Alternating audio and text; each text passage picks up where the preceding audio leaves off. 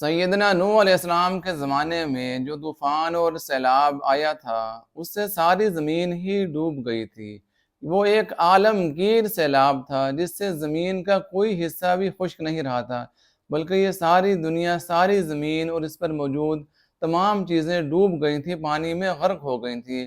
صرف نوح علیہ السلام کی کشتی اور اس پر سوار چند جو مسلمان تھے، بس وہی محفوظ رہے تھے۔ باقی دنیا میں کوئی انسان، کوئی حیوان، کچھ بھی سالم نہیں رہا تھا۔ یہ ایک بڑا طوفان تھا، عالمگیر سیلاب تھا، جس نے ہر چیز کو غرق کر دیا تھا۔ حضرت نوح علیہ السلام نے 950 برس، 950 سال لوگوں کو دین کی، اللہ تعالیٰ کی دعوت دی، اللہ کی طرف بلایا، توحید کی دعوت دی۔ اتنی مسلسل کوششوں کے باوجود بھی صرف چند لوگ مسلمان ہوئے اور باقی ساری قوم جو ہے وہ سرکشی پر آمادہ رہی اور نوح علیہ السلام کو ستایا اور پریشان کیا، ان کی بات نہیں مانی۔ آخر کار جب حجت تمام ہو گئی تو اللہ رب العزت نے حضرت نوح علیہ السلام کو حکم فرمایا کہ وَاصْنَعِ الْفُلْكَ بِأَعْيُنِنَا، کہ آپ ایک کشتی بنائیے ہماری ہدایت اور رہنمائی کے مطابق۔ تو حضرت نوح علیہ السلام نے ایک بڑی کشتی بنائی، اس میں کافی عرصہ لگا۔ لوگ اس کشتی کو دیکھ کر بھی مذاق اڑاتے رہے، کیونکہ اس سے پہلے کشتی نہیں تھی۔ تو سب سے پہلی کشتی نوح علیہ السلام نے بنائی جو پانی پر چلی۔ اس سے پہلے پانی پر کسی کشتی کے، کسی کے چلنے کا کوئی تصور اور کوئی وجود نہیں تھا۔ یہ پہلی کشتی تھی اس عالم میں جو نوح علیہ السلام نے اللہ تعالیٰ کے حکم سے بنائی۔ تو جب کشتی بن گئی اور اللہ رب العزت کی طرف سے عذاب کا امر آ گیا اور زمین سے پانی ابلنے لگا اور آسمان سے پانی موسلا دھار برسنے لگا اور ہر طرف پانی ہی پانی ہونے لگا، تو حضرت نوح علیہ السلام اپنے ساتھیوں کو لے کر کشتی پہ سوار ہو گئے اور اللہ رب العزت نے ان کو حکم فرمایا تھا کہ آپ نے ہر جانور کا ایک جوڑا بھی کشتی میں سوار کر لینا ہے۔ قرآن میں اس کا بھی ذکر ہے کہ قلنا، ہم نے کہا، احمل فیہا، اس میں آپ سوار کر لیجئے گا، من کل زوجین اثنین، کہ ہر ایک جوڑا جو ہے نا، دو جانور، یعنی میل اور فیمیل، نر اور مادہ، ہر تاکہ نسل جانوروں کی اور پرندوں کی باقی رہے، کیونکہ اس سیلاب میں تو سب کچھ ڈوب جانا تھا۔